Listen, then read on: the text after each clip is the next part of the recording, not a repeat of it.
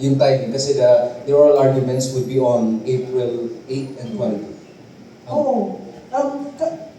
Ang sense ko, hindi ko alam kung nag-uusap sila sa mga oras eh. Kasi, di ba yung EDSA celebration, February yun? Kaya critical dun sa mga nagrarally at gusto ng pagbabago na magkaroon ng one-time, big-time ng Pebrero. So wala siya dun sa ganong init ng sitwasyon. Maganda yun, April.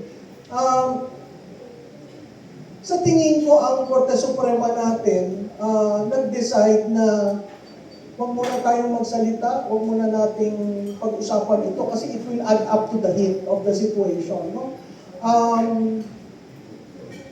At saka, sa tingin ko, yung Republic Act ng Judicial Independence ay mahalaga sa kanila, kaya hindi muna nagsalita. Hindi naman dinismiss, pero hindi nagsalita. At makikita nyo dun sa mga concurring but dissenting decisions na sinusulat, parating may word na unconstitutional. Telling yun kasi ang Korte Suprema ang nagsasabi, unconstitutional yung ginawa niyo.